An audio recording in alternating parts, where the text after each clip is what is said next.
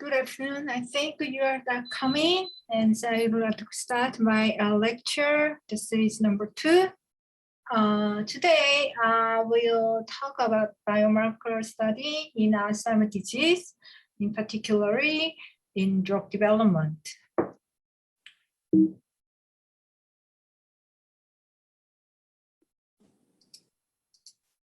Before starting the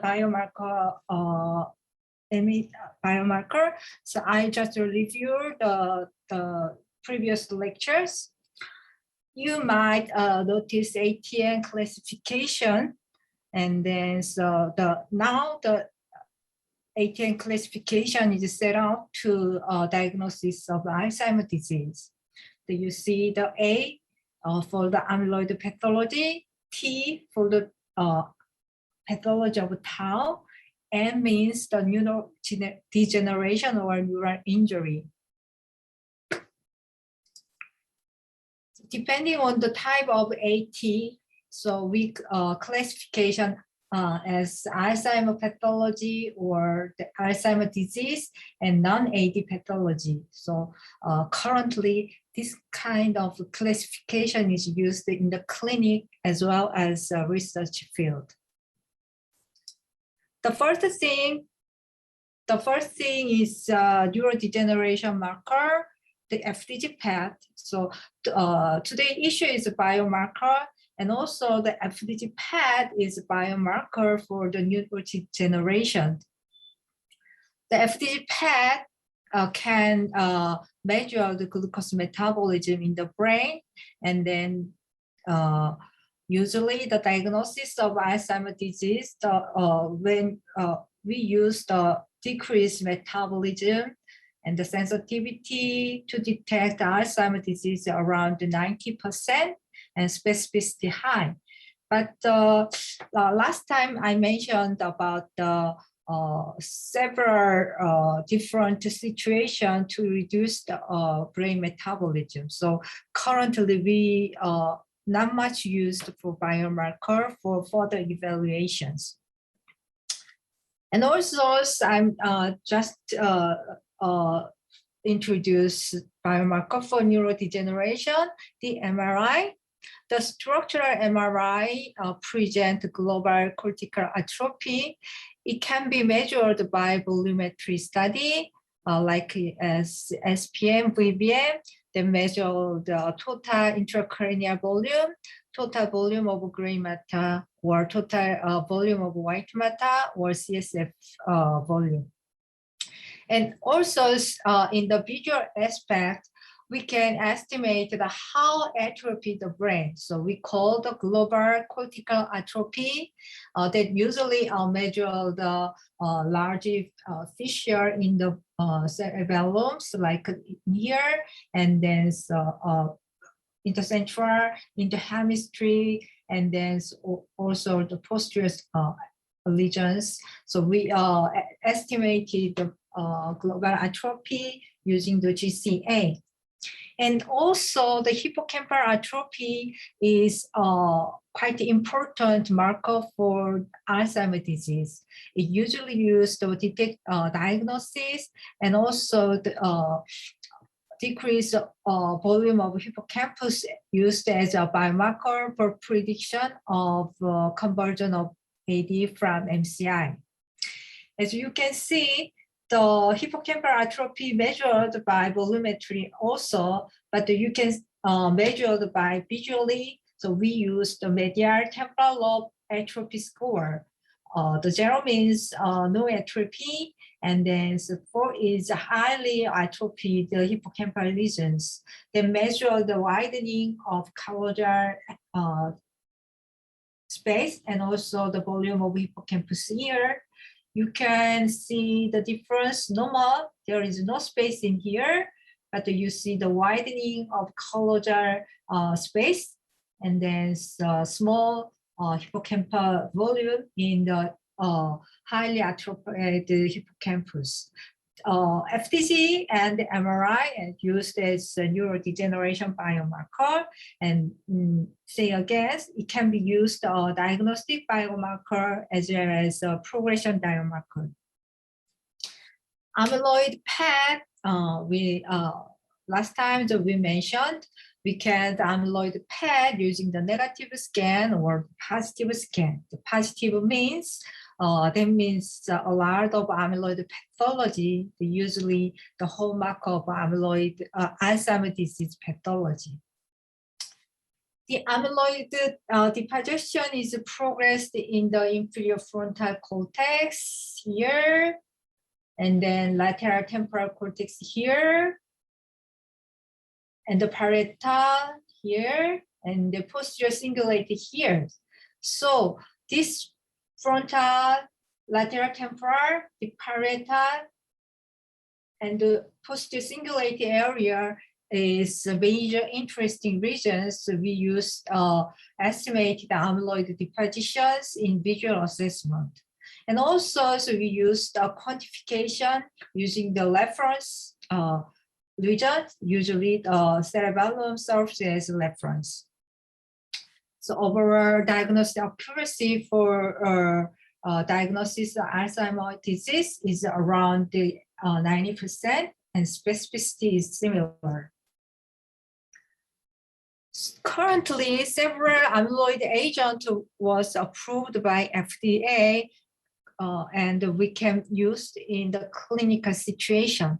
However, every person or any person does not need the amyloid PET.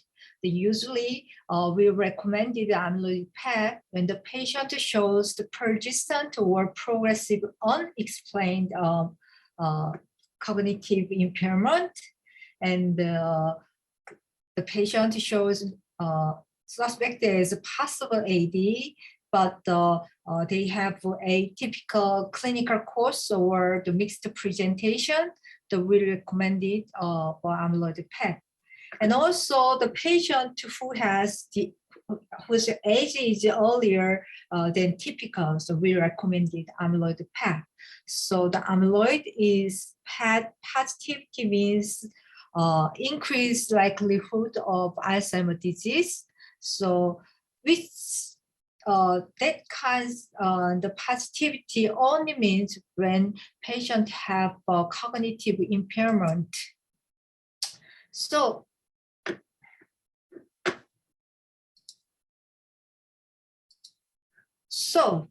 summarize, the patient with objective cognitive deficiency, if they have atypical presentation or the age onset is very lower, or the rapid progressions, or the patient suspected comorbid any disease of causing the cognitive syndromes, we recommended the amyloid PET and performed. So interpretation of the amyloid PET, the positive amyloid deposit defined as, we can use the contrast between gray matter and white matter contrast in visual assessment. In normal case, there is no amyloid deposition in the gray matter, and the white matter has trace retention in the imaging acquired time. So we usually higher white matter than gray matter in normal.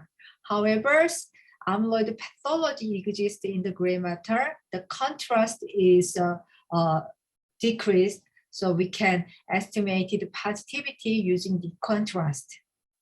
As I mentioned, the quantification analysis can be possible with the cerebellum as a reference. Cerebellum is a least area to having the amyloid pathology. So by the cerebellar activity, we calculated SUVR, and then we can use the clinical as well as the research. Some factors affecting the sensitivity and the amyloid positivity, such as age of onset, ApoE4 status, and also the type of amyloid plaque and the low amyloid burden, and the comorbid brain lesion can be affected. In the younger age, it can be seen the higher sensitivity than older age, and also the younger onset is a higher sensitivity. if the patient have any ApoE4, so it has high sensitivity and the high positivity in amyloid PET. Sometimes in the clinically suspected as probable AD, but the amyloid PET negative shows the result as a result. Around 20% are amyloid negative in the amyloid probable AD at clinical diagnosis. Most common cause is old age because older has lesser sensitivity than younger age. And also ApoE4 non-carrier has a lesser sensitivity, so they might be negative result in the probable AD.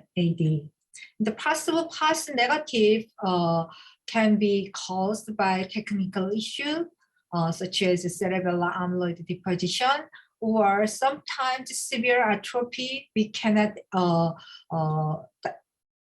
exactly calculate the gray matter amyloid deposition because of too small amount of gray matters.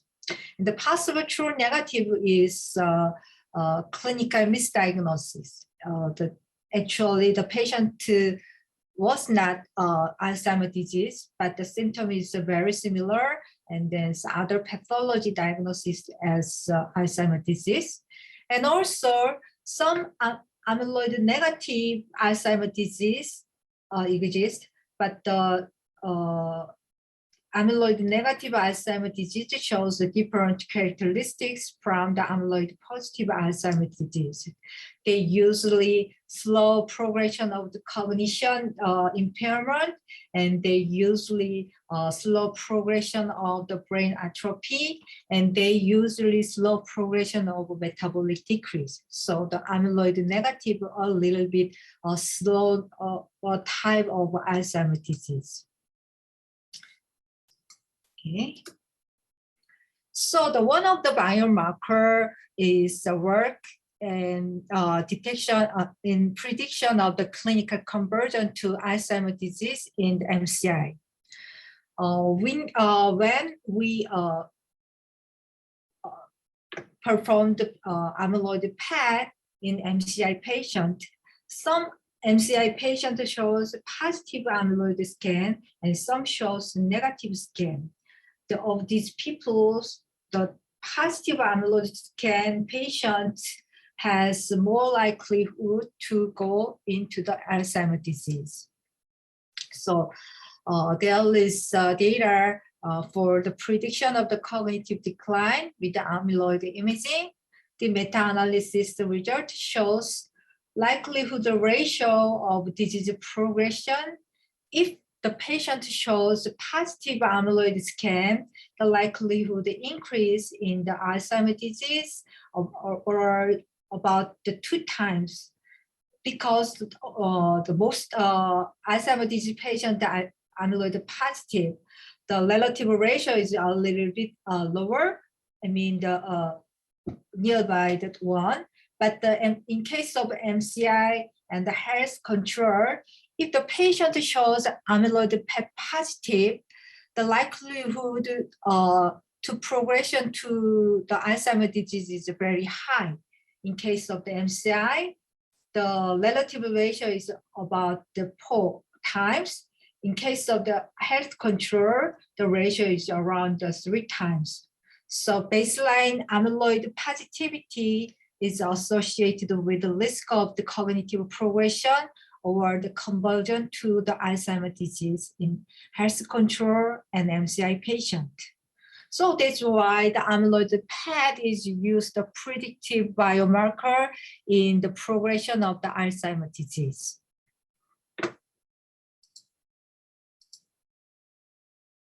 This is another data for the prediction of the AD with the amyloid PET.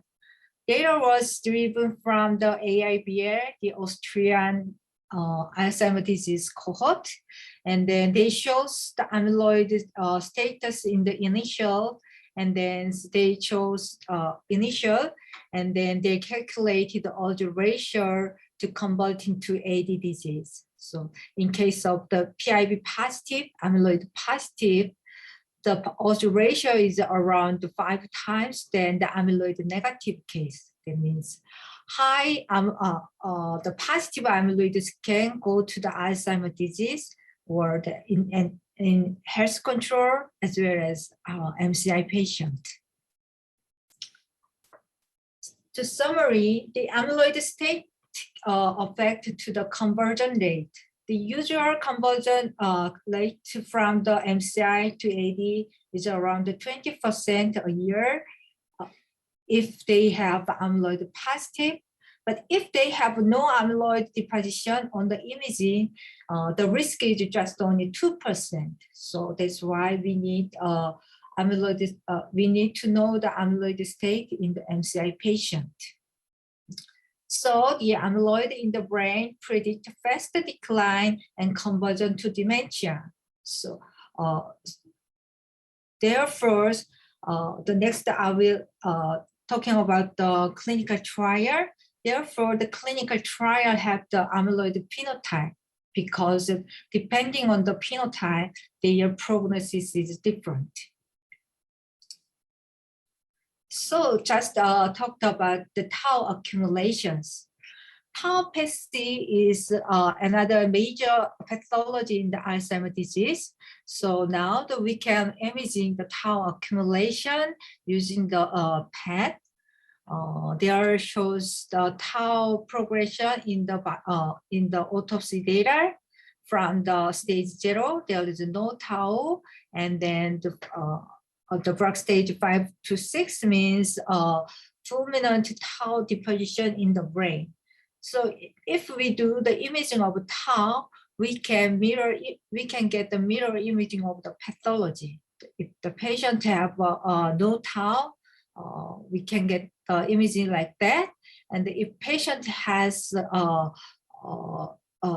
kind of imaging, the patient expected the autopsy data is like this. So the tau imaging is well correlated with the pathology data. And diagnostic accuracy of tau PET in diagnosis of the Alzheimer is very high. The sensitivity and specificity is overall 90%, as well 90% here. So in case of the normal versus Alzheimer disease, or Alzheimer versus to non-AD dementia.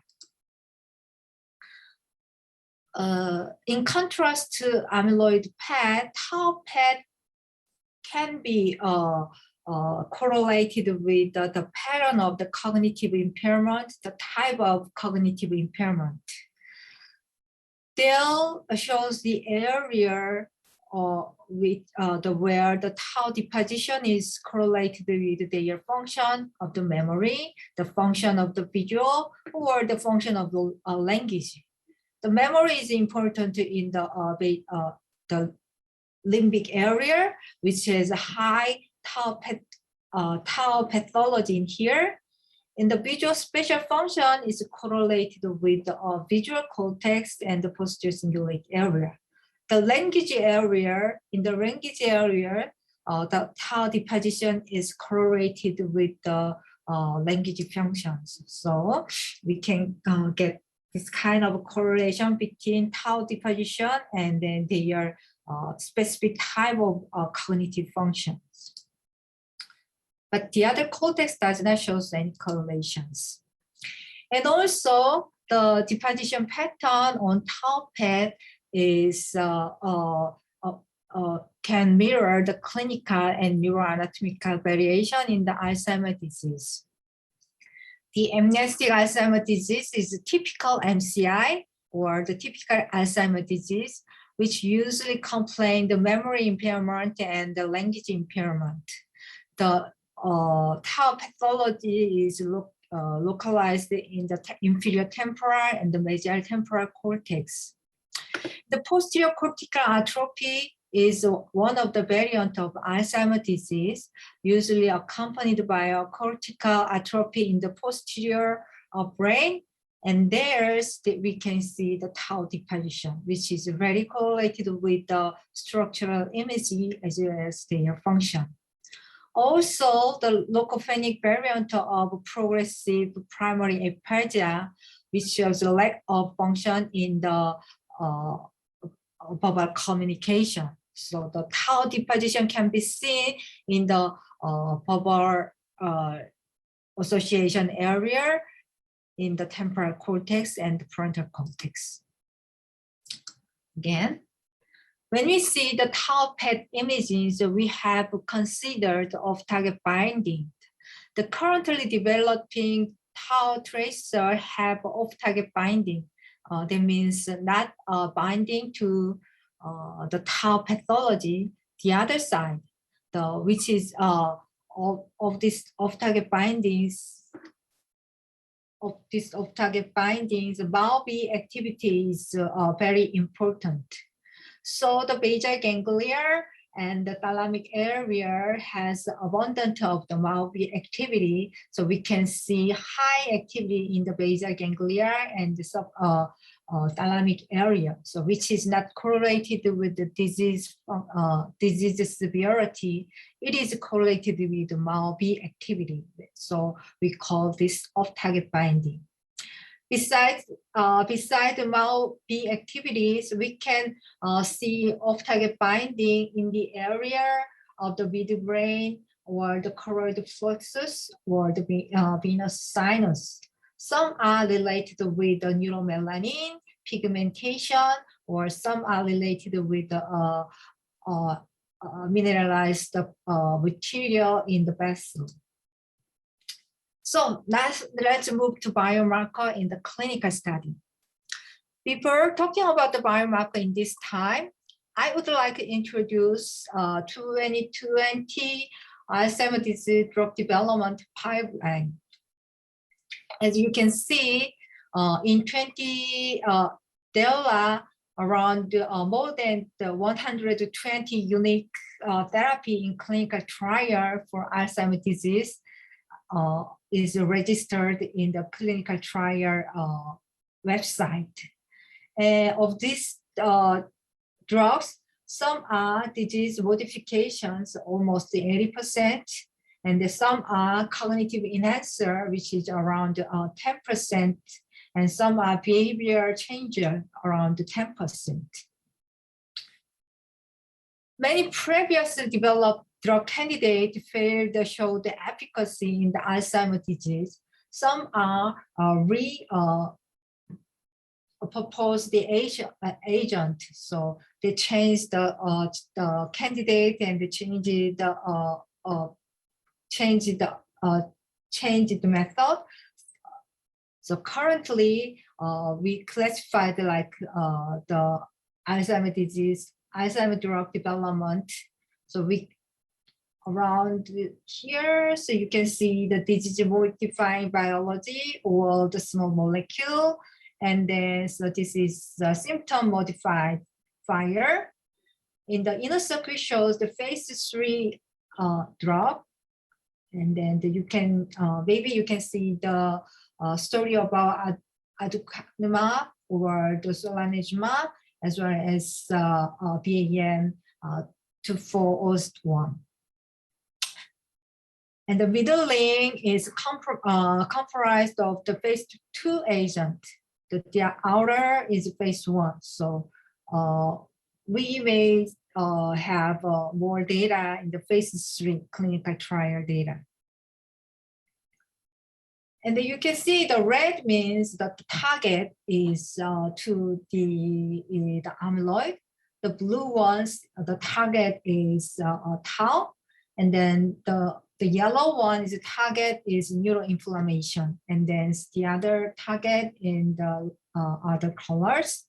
So the amyloid target agent more developing. So almost to phase 3 agent is amyloid target, and then phase 2 around half is amyloid target, and then the other is tau targets. I'm summarize the therapeutic target of drug in the phase 3 or 2 clinical trial. So around 60 to 80% is disease modifying agent, And then the target is majority is amyloid, and some are tau target and some are neuroinflammation targets. We are this time we are talking about the amyloid target agent for the biomarker study. So actually, the biomarker is quantifiable biological parameters. It can be objectively measured and it can be objectively evaluated as an indicator of a normal biological and pathogenic or the pharmacological response to therapeutic interventions. In the clinical trial, we may have the pharmacodynamic marker, usually in early phase of the clinical trial, phase 1 or phase 2. In the phase 1 or phase 2 clinical trial have to evaluate pharmacokinetics and dynamics of the drug. An important one is clinical endpoint, clinical biomarkers, which is characterized by the how the patient feels, how the patient function is, or how the survivor is. So in case of the Alzheimer's disease treatment drug, the CDR score, the clinical dementia rating scale, is usually used the clinical endpoint, or sometimes we call primary outcome. So when we evaluate the efficacy of the drugs, we measured how improved the CDR score. And also, so we are using the surrogating endpoint or surrogating biomarkers, which is a biomarker is intended to substitute for the clinical endpoint. I mean, the clinical endpoint is a primary goal, but sometimes we need a substitute, so that as a surrogate biomarker, and it is expected to predict clinical benefit. So the imaging study usually use the surrogating biomarkers. As you saw, the phase 2 and phase 3 disease-modifying therapy agent targets amyloid or the tau. So the amyloid and tau can be possible to monitoring in the drug efficacy or drug efficacy. Initially, this kind of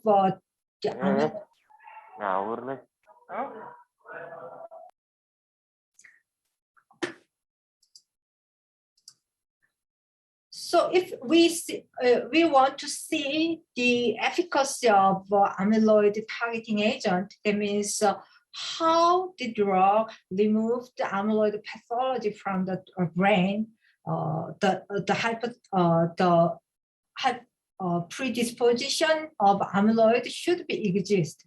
So the presence of the amyloid is used as an entry biomarker. That means when you get the subject, the subject should be confirmed by the amyloid PET positive. So the many kind of study eligibility criteria using the amyloid PET that need the confirmation of the presence of the amyloid in the brain at the baseline. And as a surrogate markers, there are several surrogate markers used. So the like as ATN criteria, some use the CSF biomarker, some use the PET biomarker, and then some used MRI or the FDG PET. And recently, the increase by the plasma biomarker, we talk about the next time. So there are lots of the surrogating biomarkers, CSF, FDG PET, VBM, and plasma biomarker, PET biomarker for the amyloid or the tau in the phase 2 or the phase 3. I think this is the first the biomarker imaging biomarker report from the clinical trial. the actual in the beginning of 2010, the imaging biomarker in the clinical trial of drug development for Alzheimer's disease have been reported. This babenazumab is actually the the first monoclonal antibody to enter human testing. So which was very promising. It can remove the fibrillar or soluble amyloid beta from the brain. So they have an initial study, and in the phase two clinical trial, they want to see how affect amyloid pathology in the brain by these babenazumab. They evaluate primary outcome to see the change of the amyloid burden in the Alzheimer's disease. So this is the baseline amyloid PET, and this is 20 months later amyloid PET. You can see that some patient has decreased amyloid based on the basal scan, and this was also the decrease compared to basal scan. This was the patient who treated with babenazumab. However, in the placebo-treated patient, there was no decreased area. Furthermore, some area shows the increased amyloid PET, amyloid deposition was found in the following amyloid PET, like this one and this one. So when comparing the placebo group and the babenazumab treatment group, the amyloid deposition on the amyloid PET was like this. In the placebo group, as there was no change or slight increase for the 2 years. However, in the drug treatment group, there shows a trend of decreased amyloid deposition from the brain, so which can shows the function mechanism of the babenazumab. But this babenazumab tried to evaluate the efficacy of the drug. When you evaluate the efficacy, the endpoint is a clinical improvement, usually measured by clinical dementia score. However, they does not show the level of efficacy when we estimate the endpoint, clinical endpoint. That means there is no difference between placebo group or treatment group in improvement of their cognitive functions. Nevertheless, from these groups, we can see the change of the amyloid PET, amyloid deposition in the brain. So we calculated the amyloid depositions divided by ApoE status. In case of ApoE status, there is significantly difference in the after 2-year treatment in the treatment group, and also in the ApoE negative group also decrease in the high dose treated group. But the other biomarker using the volumetry, there is no difference in here. So still amyloid deposition can be shows the difference between the treatment group and the placebo. Now let's move to the aducanumab study. Actually, the aducanumab is the first FDA approval drug for treatment of Alzheimer's disease. It was a very recent event. The aducanumab is one of the human monoclonal antibody, and then they have the selectivity with the soluble oligomer or the insoluble fibrillate. You can see the binding to the amyloid aggregate with the aducanumab in vivo imaging as well as ex vivo imaging. they have affinity to diffuse type A beta or the compact type A beta 2 here. So if you search the clinical trials, there are several clinical trial data can be found in the web. Some are already terminated and they have reported, and some are still recruiting. With this result, they have they got the FDA approval, and then so in the approval process was not easy. It was very tough, and then so now I want to talk about how important to imaging biomarker work in the approval procedure. The phase 1 trial, they have to see the first, they want to see the safety and the tolerability, as well as they want to the change of the amyloid burden on imaging. So the first things we notice is the patient should be positive amyloid PET.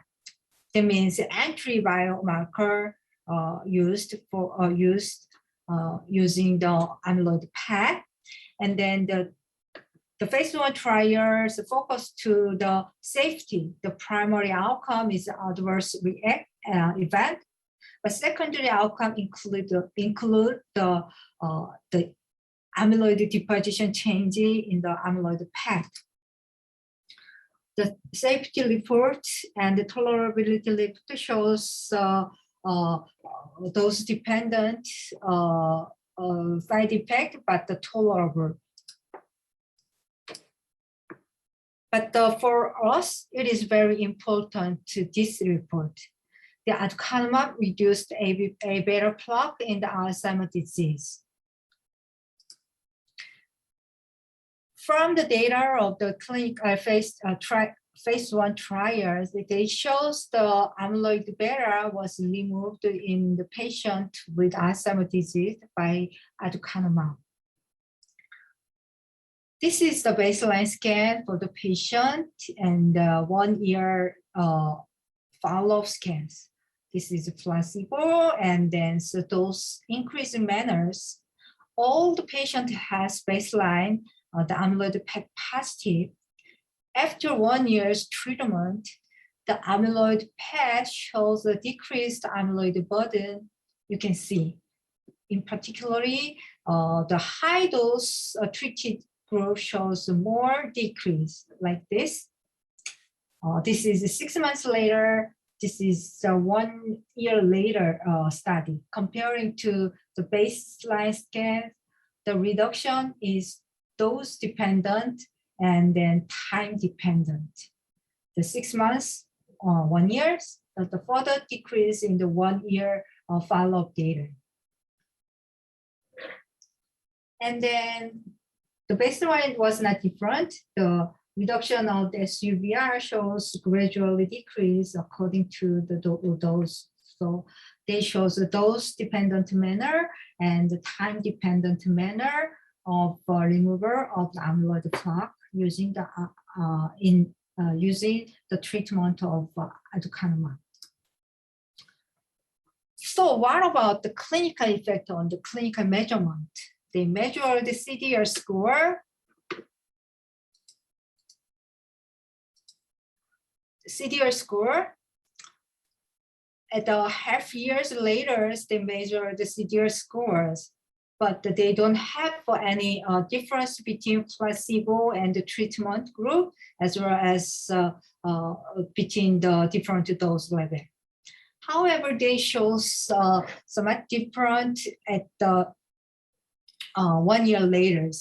The placebo group shows more impairment in the cognitions, but the high dose treated group shows persistent remained their cognitive function, or even improved their CDR scores. The lower CDR score means good cognitive functions. The higher CDR score means the poor cognitive function. And also they shows MMSE. The high dose group shows significant improved their MMA score. As you see, when we divided into two groups depending on the type, initial amyloid status, if they have a large amount of the amyloid burden at the baseline, which was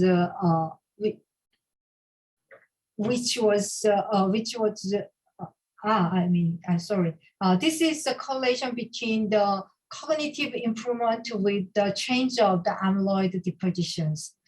If the change is bigger, it means the amyloid deposition removal, the removal of amyloid is bigger, the cognitive improvement is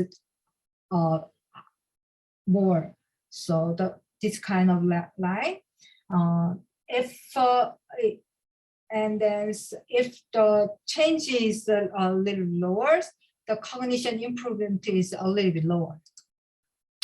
So from the summary, from the data of phase 1 trial, they showed the safety, and then they showed the amyloid clearance on amyloid PET, which was dose dependent and time dependent.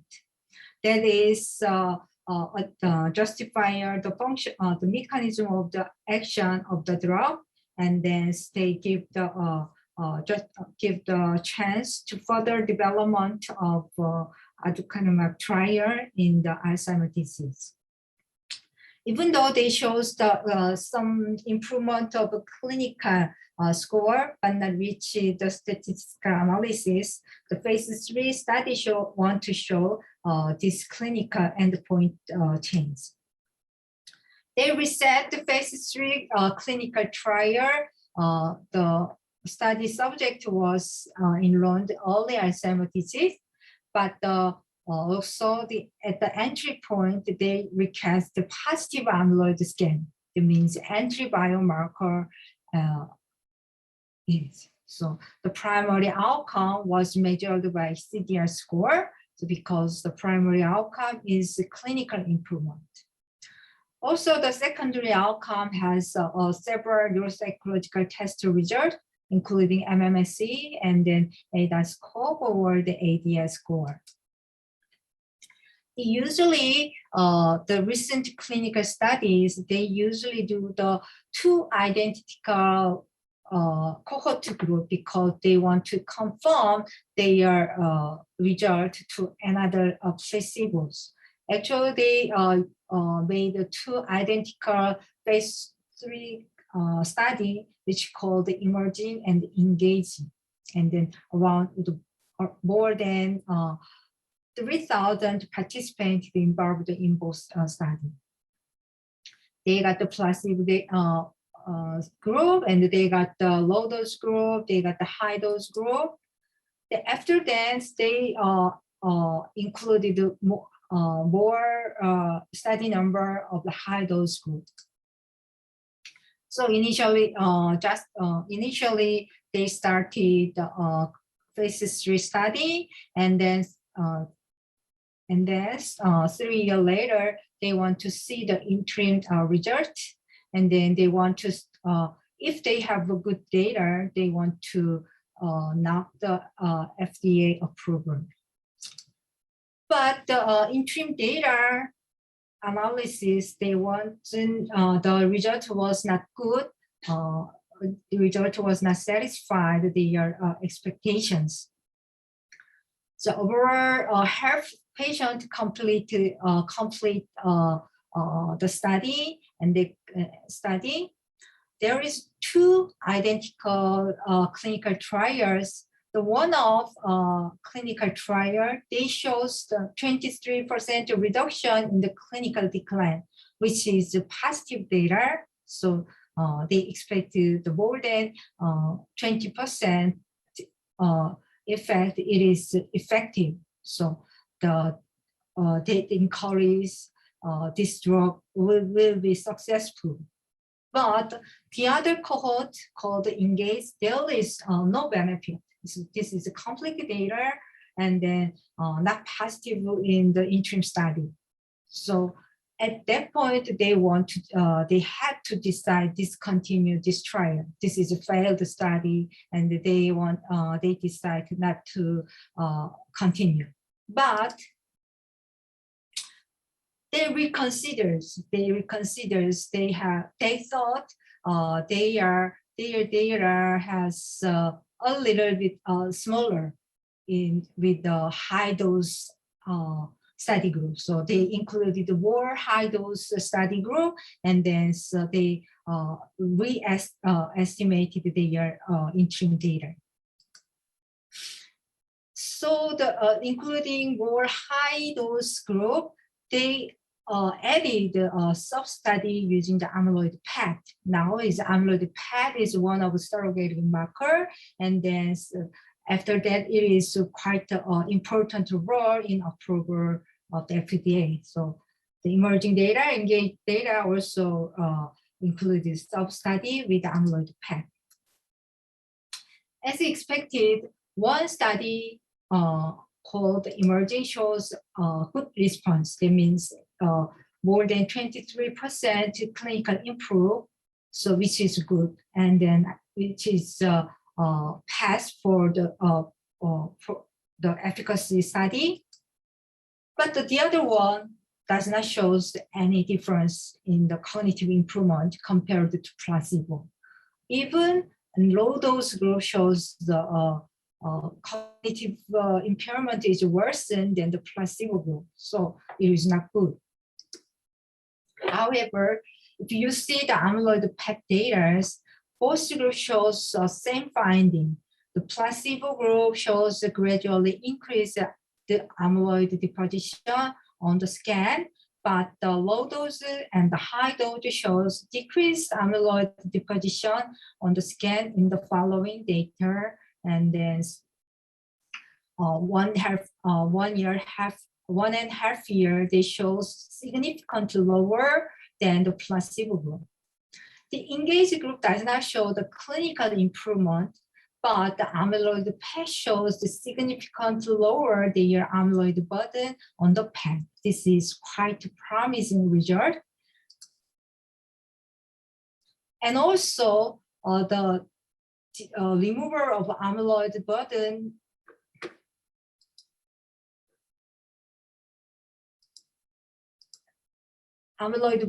can be seen at the time of 6 months follow-up, but the cognitive improvement was not significant at the 6 months, and then even 2 years is quite difference. And then so the clinical indicator shows cognitive improvement now just to see at around 1 year treatment or the 1.5 year treatment is a significant result. That means a clearer clearance of the amyloid deposition is proceeding than the clinical improvement in this result.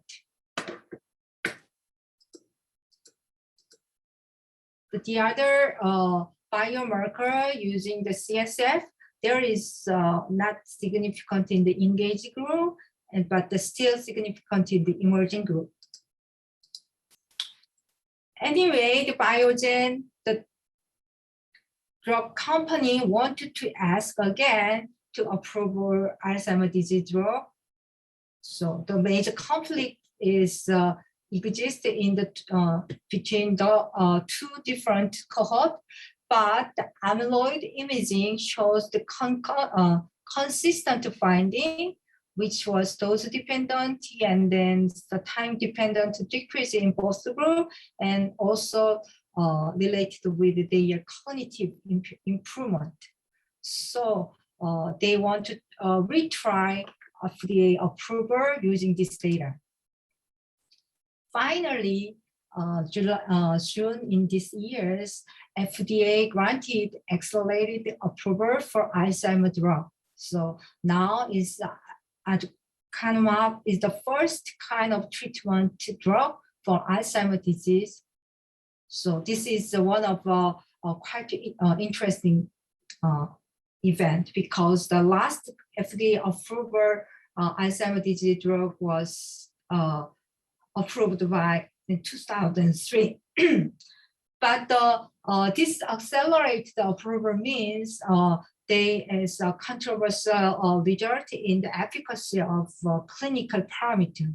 But they have significant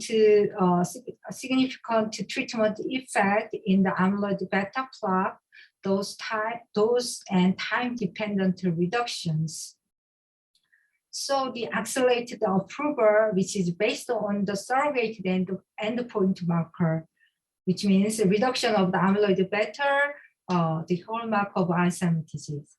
The reduction of the amyloid plaque is a critical role in improving the efficacy of the clinical trial and finally get the FDA approval. So that's why we need a biomarker as a surrogated biomarker in the clinical trial. So still they want to warned about the accelerated approval, which was based on the imaging. So this is success of the aducanumab. They have tried the similar effort in other drugs. Another monoclonal antibody have a similar history, and they shows no difference in the primary endpoint, but there is no difference between the CDR improvement or decline. But they also shows a decreased amyloid burden on the PET compared to the placebo. The high dose group shows a lot of decrease of amyloid burden from the brain, which is a similar finding with the previous trace agent. And also they shows the tau. Now they are preparing to approving the FDA approval with this result. The amyloid P is converted to negative when they treated with this drug for the 2 years, and then they converted it to negative on the amyloid PET. Then the cognition is slowly improved, but still not reached clinical significance. Another one, the BAN241 is one of the active vaccination. Is that makes monoclonal antibody in the body. So with the same protocol, they can see the decreased amyloid deposition on the amyloid PET. Even though they does not show the efficacy on the clinical parameters, some are increased. But the other biomarker using the CSF similar finding, but the volume does not show any difference. In summary, the first thing is we now established the ATN criteria, which was high sensitivity and high specificity in diagnosis of the Alzheimer. Some are used a prediction biomarker in conversion of the Alzheimer's disease from the MCI. In the clinical trial, the amyloid or the tau pathology is the most common target of the phase 2 or 3 clinical trial in AD treatment drug. In this kind of clinical trials, there are gradually increased to require to confirm the presence of the amyloid in the at the baseline. So we call the entry biomarkers. The positive amyloid PET called as entry biomarkers. Demonstration of the present amyloid pathology can create the appropriate population for assessment for agent that requires AD-related biological target for their mechanism of actions.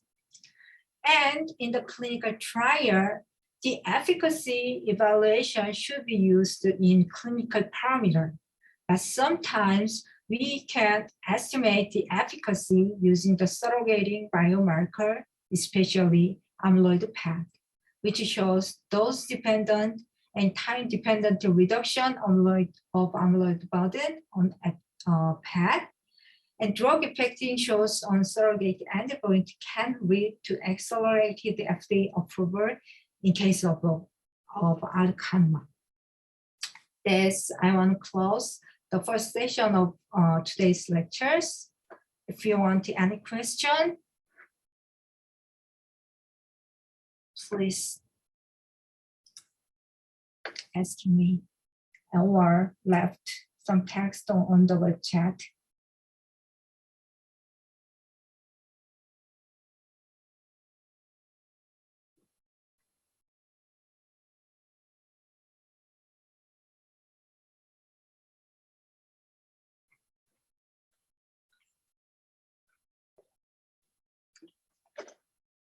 If there is no question, I think we can have some discussion time after when the lecture and how Professor Yu-Kyung, can we have a 10-minute break before starting the second session?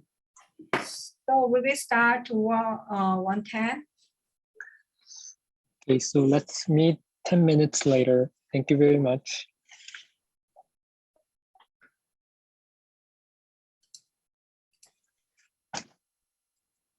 In between the break, I would like to introduce that if you have any questions or comments in between the lectures, you can just simply put your questions in the chat.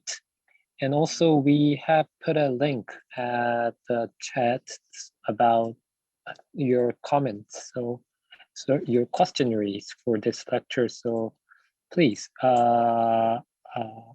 I would like to encourage everyone to fill out the questionnaires. Thank you, and meet again 10 minutes later. Okay, let's start the second part of today's lectures. I want to show again, just the reminders. We now are set to ATN classification in diagnosis of the Alzheimer's disease. And the list shows the biomarker, which is widely used in the for clinical classification.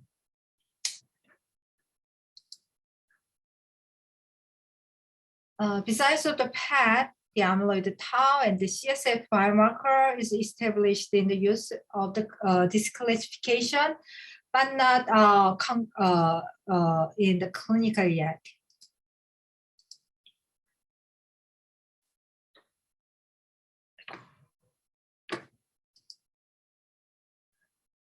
So beside the amyloid markers, the CSF biomarker is also important and also well predict the pathology of Alzheimer's disease. Here shows a list of study which is showing the performance of the CSF biomarkers. In the amyloid pathology, the decreased A-beta 42 or decreased A-beta 42 versus A-beta 40 ratio is a biomarker for the amyloid pathology on CSF. And for the tauopathy, the total tau or the phosphorylated tau, the increased total of phosphorylated tau is one of the biomarkers for the Alzheimer's disease. These biomarkers, the several data shows very good performance. This sensitivity is up to 99%, or the specificity or over the 90%. But some data shows a little bit lower sensitivity or the lower specificity. But the problem of the CSF assessment, so actually this is a very cheap, relatively cheap, compared to PET study or the MRI study. But there is some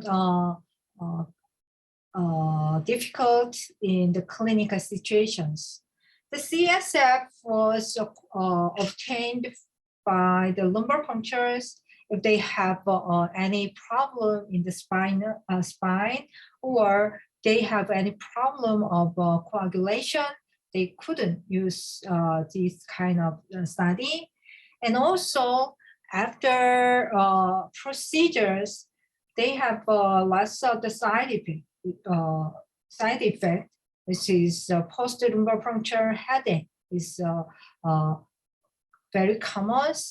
And then also the patient usually have old age, and then usually have lots of the spinal defects such as spinal stenosis or such as scoliosis.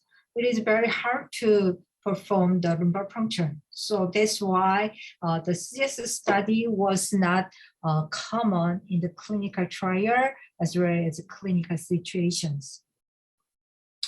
And also the sensitivity and the specificity is a little bit variable. And so actually we does not know what is normal range of the CSF level of the tau or the amyloid. And then so that's why still CSF study was limited. But the simplicity of the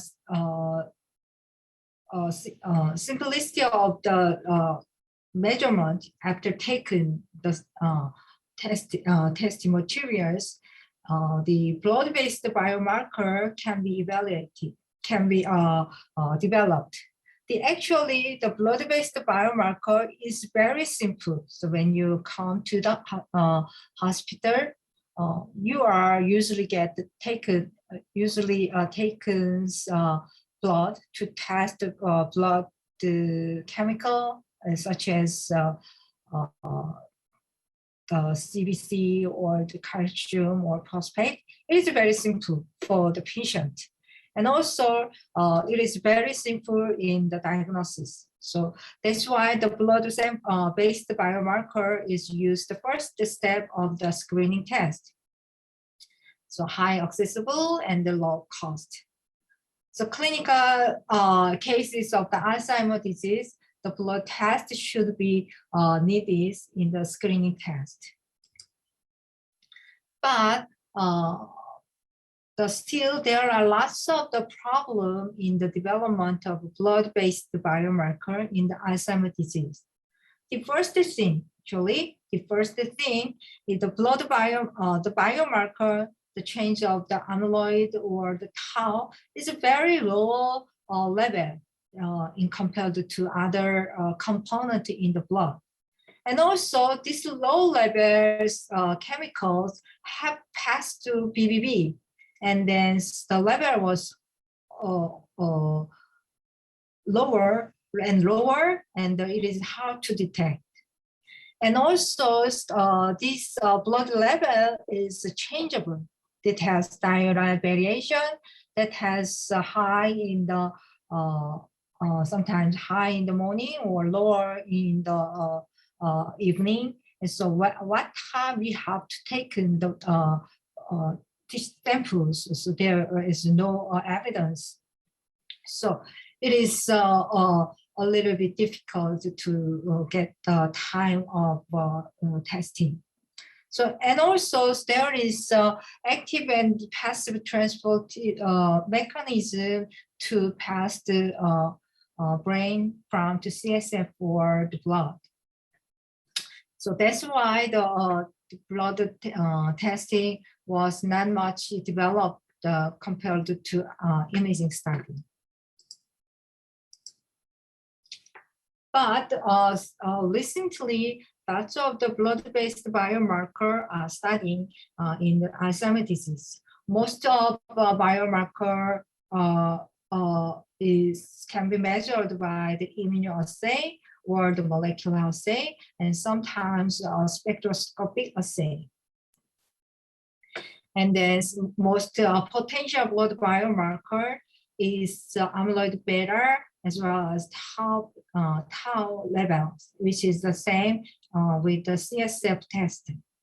The amyloid 42 is a sticker form of proteins, which is aggregated in the brain. It may not quite reflect the total amount of the abnormal amyloid. So that's why we use the amyloid 42 to 40 ratio. The amyloid 40 is more hydrophilic, so it can be more easily transferred from the brain to blood. So that's why we use this ratio. Recently, the amyloid oligomer was thought to be potential blood biomarkers. The oligomer is more toxic, considered as more toxic agent in neurodegeneration. And also the blood level of tau protein is considered for potential blood biomarker. Besides the amyloid or tau, there are lots of proteomic biomarker was studying in Alzheimer's disease, including the clustering, or here you can see the apoipo status, and also there is lots of the interferon or lots of the growth factors here. And then they have several studies comparing to the imaging. So they still limitation, but have a lot of trial in here. The first one, so we want to see the how the biomarker, blood biomarker is effective in diagnosis for Alzheimer's disease comparing to CSF. So there is a systemic review article, and they have a meta-analysis. The data was taken from the 1984 or the 4 to 2014, so which is a little bit earlier study. So this earlier study. So the total 231 study included, and then CSF study shows the total tau ratio is important to discrimination of the Alzheimer's disease. The average value of the relative risk is more than 2 times. And then the increase p-tau is also good performance.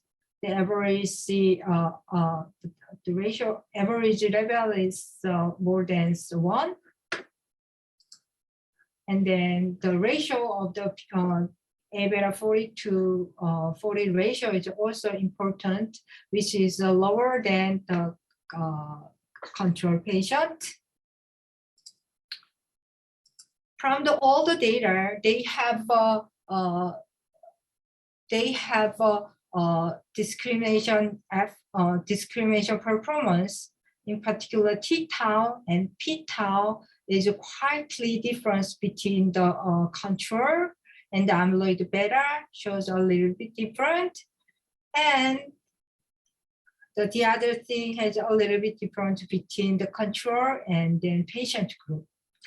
However, when we came to the blood, only the p-tau shows a significant change between difference between the patient and the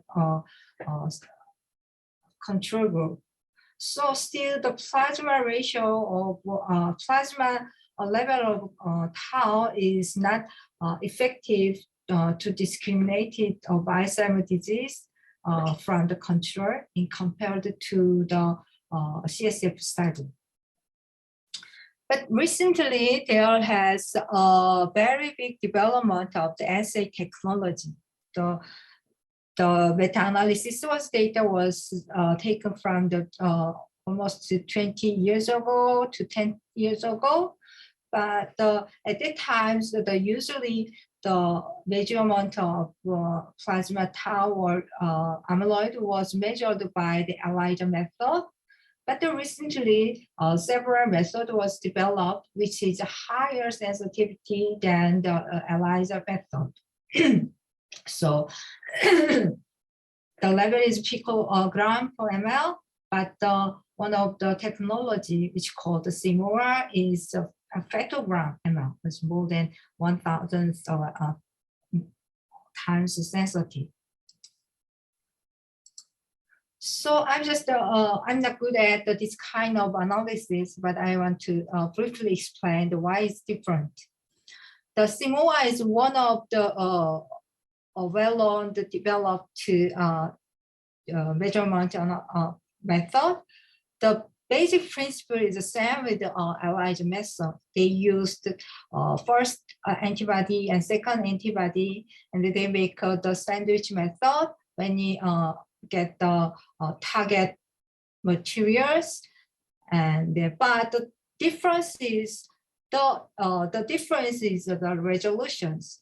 If you usually we do the ELISA method, we have the sample into the tube or bead, which is this kind of dimension.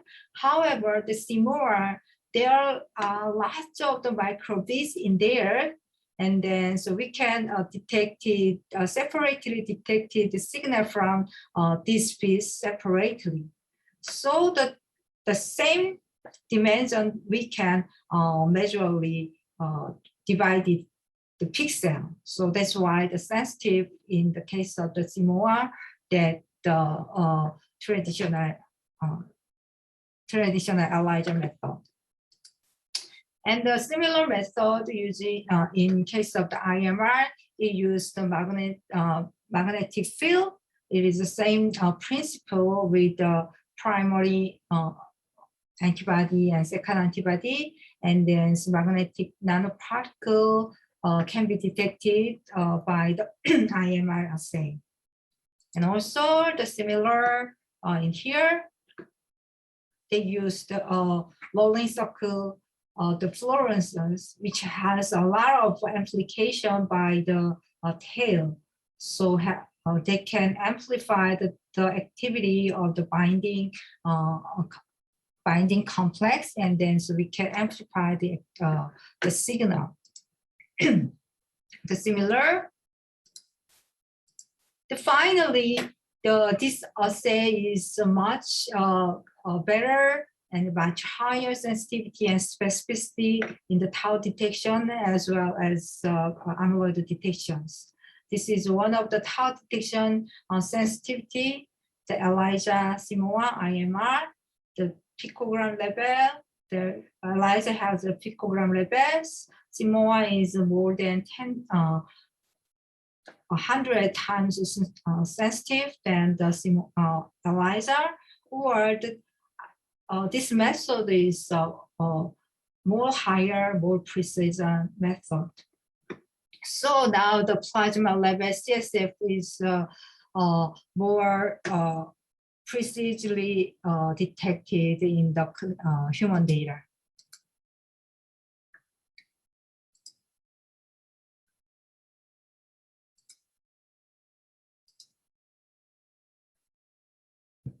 So we just reviewed the plasma amyloid biomarker study.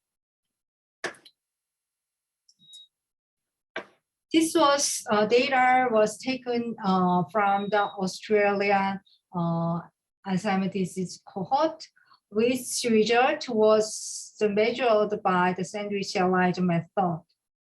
In this study, they shows the difference of plasma level among the disease group.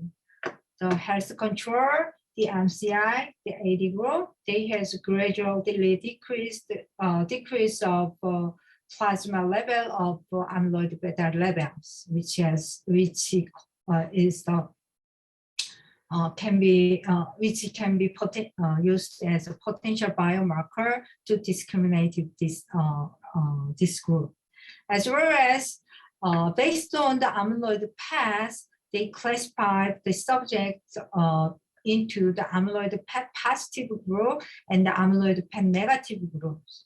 The amyloid PET positive group has a significantly lower level of plasma biomarker level, and then they are similar pattern in the follow-up study, and then gradually decrease, a little bit gradually decrease.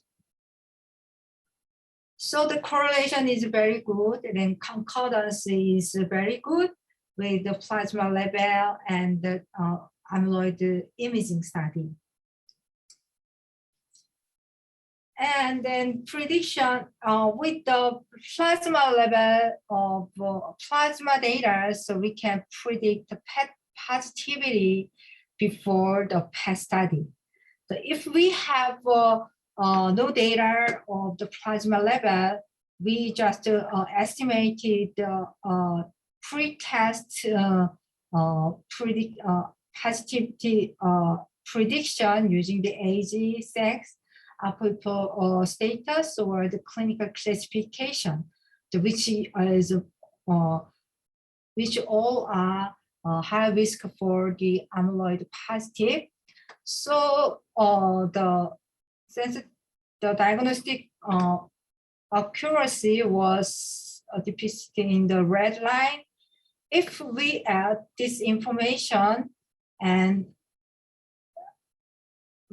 if we add the plasma information to this information, the diagnostic and the prediction accuracy is increased before the PET scan.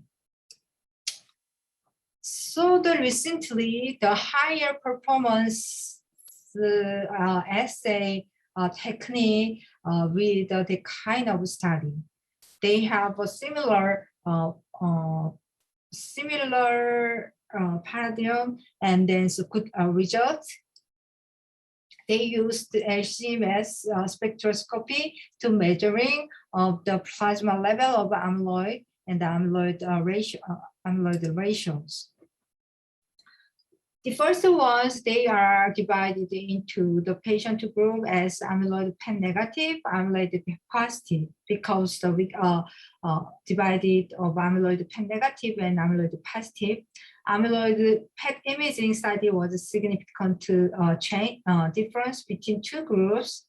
As well, the plasma level is a significant change. The amyloid positive has a lower level of the plasma biomarker level, as well as CSF biomarker, also significant difference between two groups.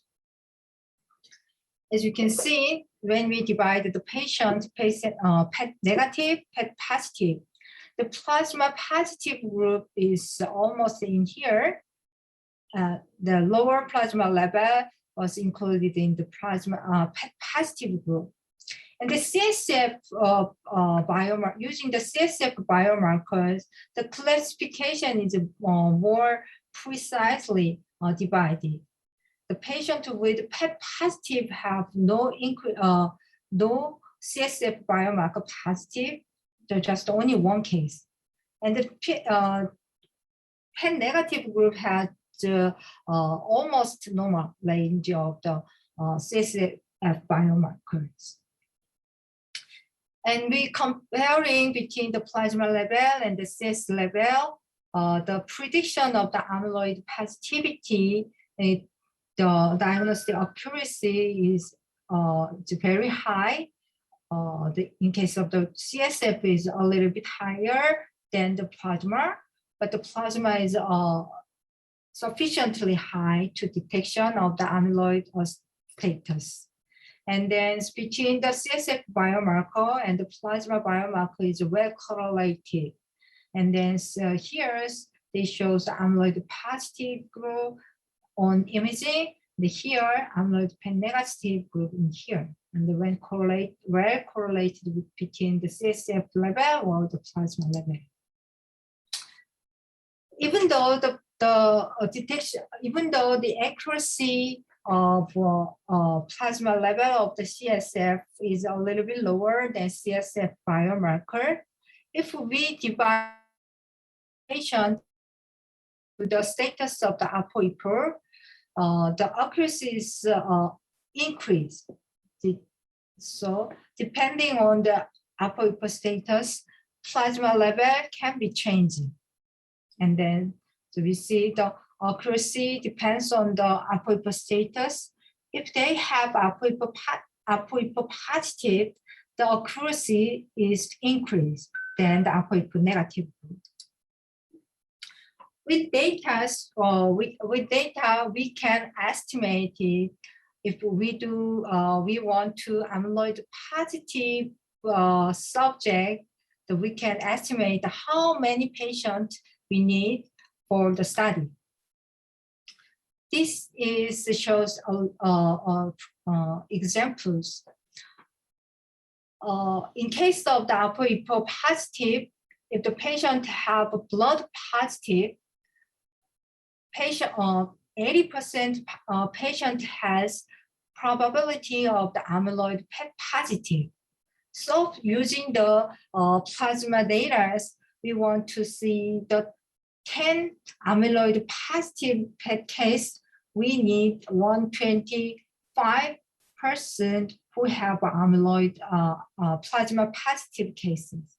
If 125 patients with plasma positive take the amyloid scan, of this 80% should be amyloid PET positive. So positive.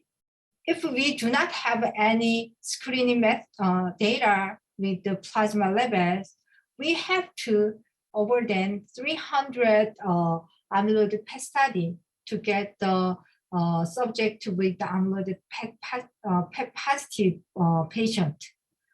So we can reduce to more than 200 cases to get the imaging, to get the subject with amyloid PET positive.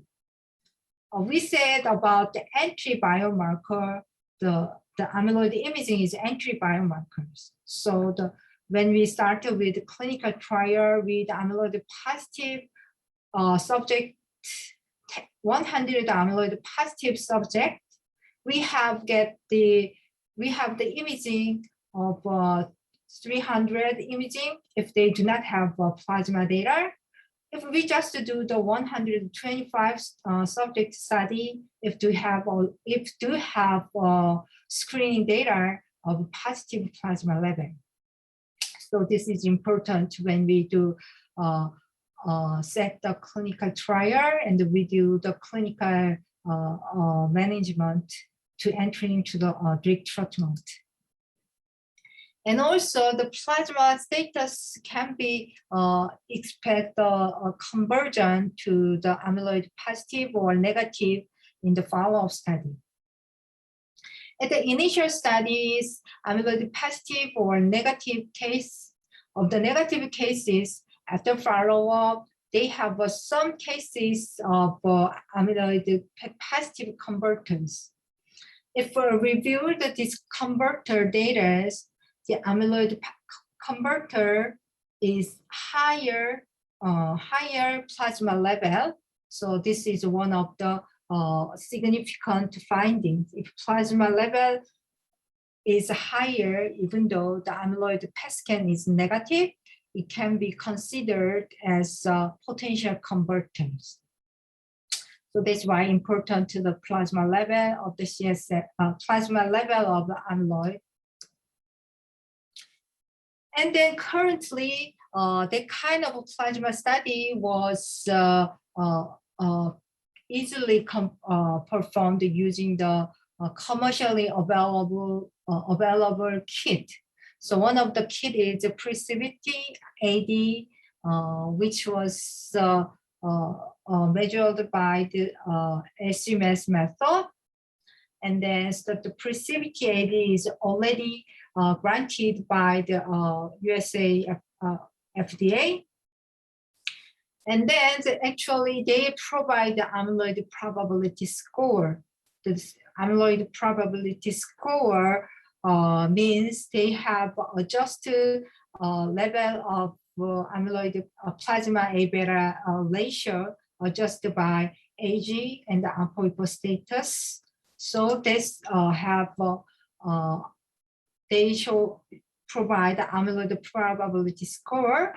If you have lesser than 3.35, they have a chance of amyloid negative.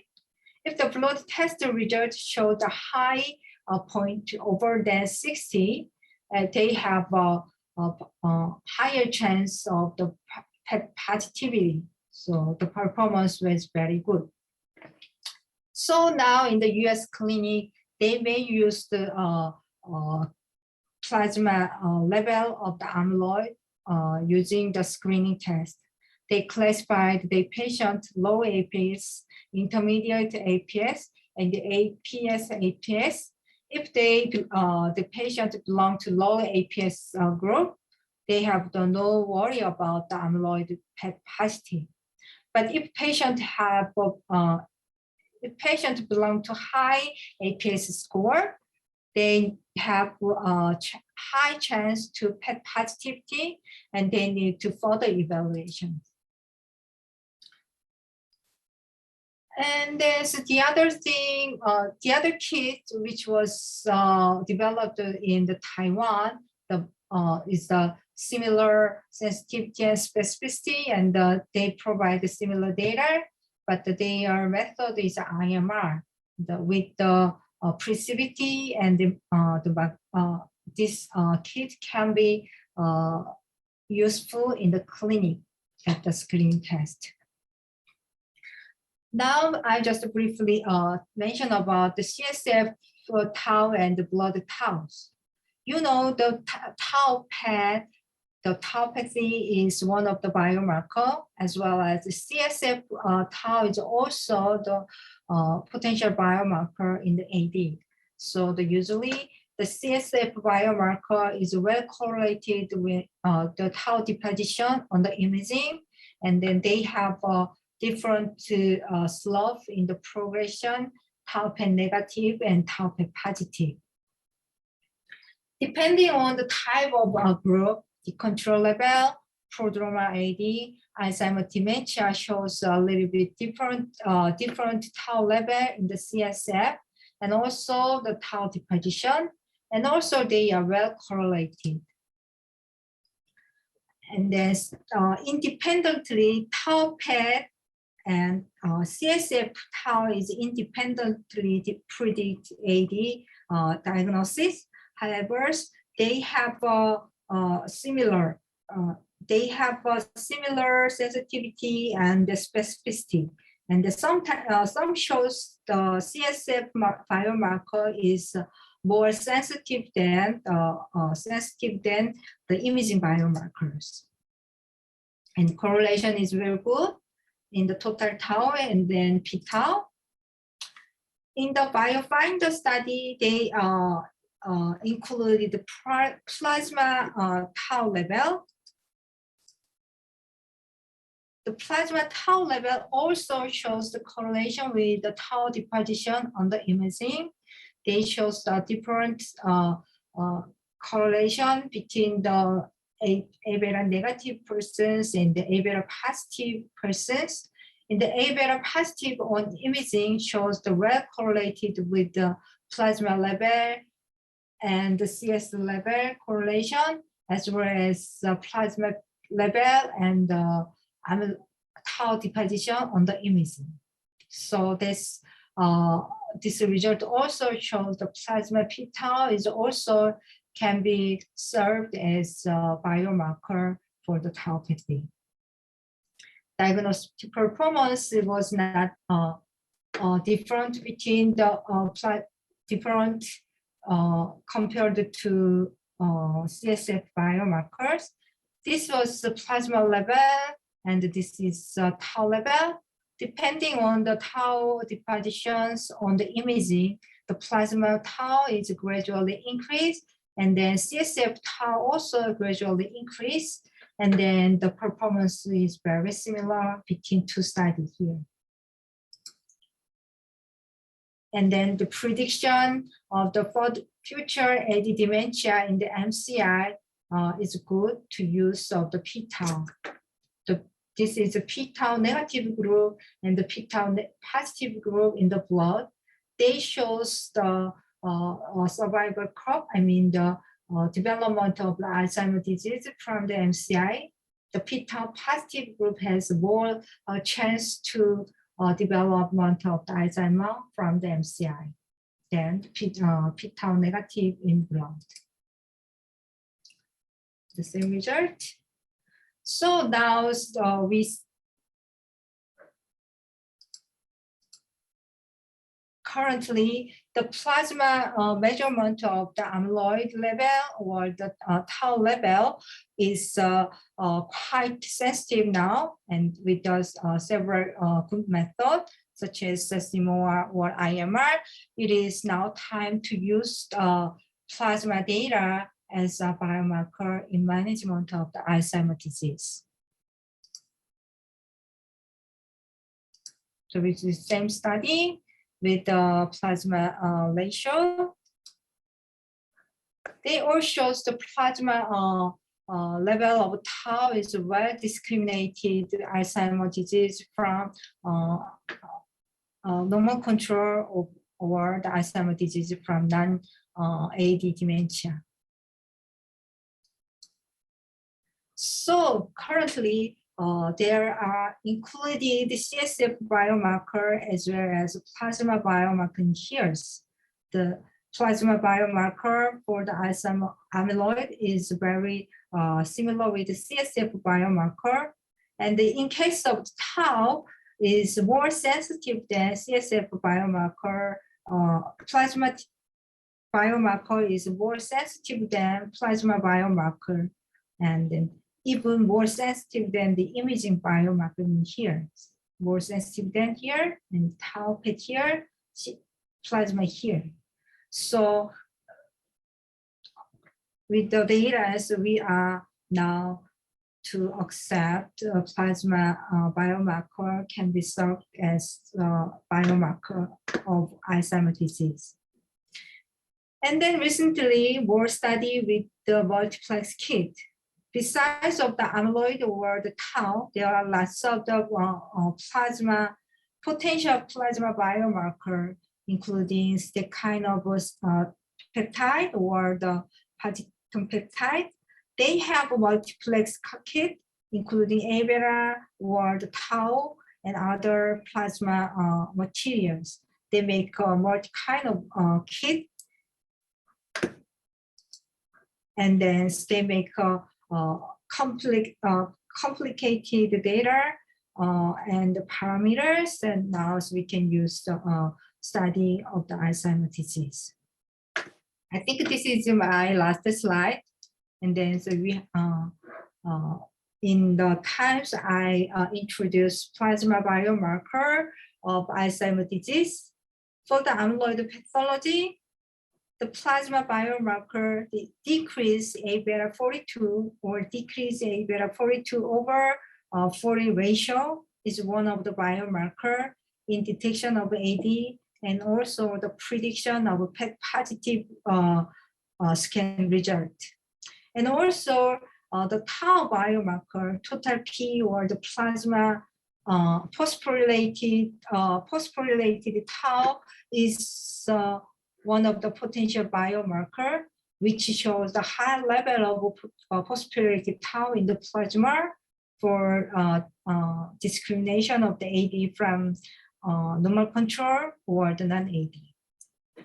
This is end of my lectures, and any kind of question, please leave over chat or ask me now.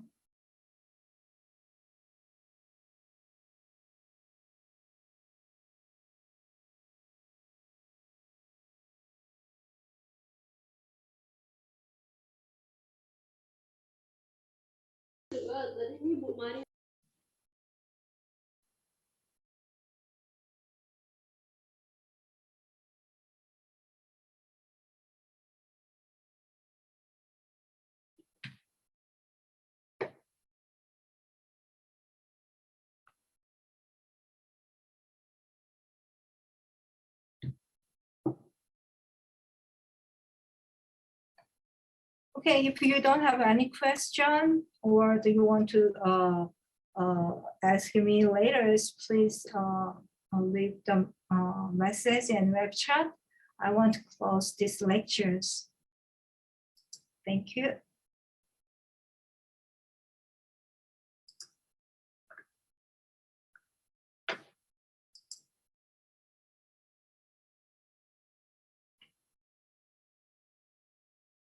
Oh, one of a question was left in the web chat. Dr. Tien Tunayaki, what is your opinion about the possibility of the blood biomarker in replacing the needs for the amyloid or tau PET in the near future? Okay, so yes, as I mentioned, the blood test is very simple, and the blood test is more accessible, easily accessible, and then cheaper than the imaging study. It should be performed with a mass number. So the plasma biomarker will used as a screening test in the clinic or health care center. But I think we cannot completely displacement with the plasma data to the amyloid or the tau imaging, because we want to see what is it. So the plasma level is just a number of data. So we want to see what changed by the time, what changed by the treatment. So I think still remaining of the role of the imaging. And also, so we have to know there is a discordant case in case of the plasma negative, but the imaging positive, or reverse cases. So that's why we cannot completely replace the study each other's. I think we have to use these two kind of method, but I think plasma biomarker can replace the CSF biomarker. So the measurement technique has now very high precision, precision. So very low level of amyloid or amyloid or tau level can be detected by new method. So that's why we can guess the plasma test can be replaced instead of CSF study.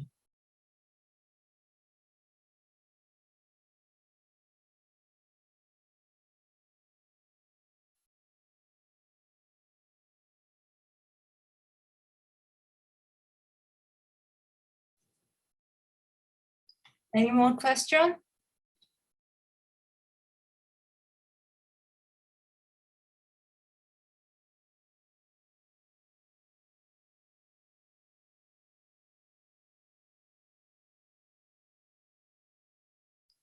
Okay, you have more questions? No more questions. I want to close this session. Thank you.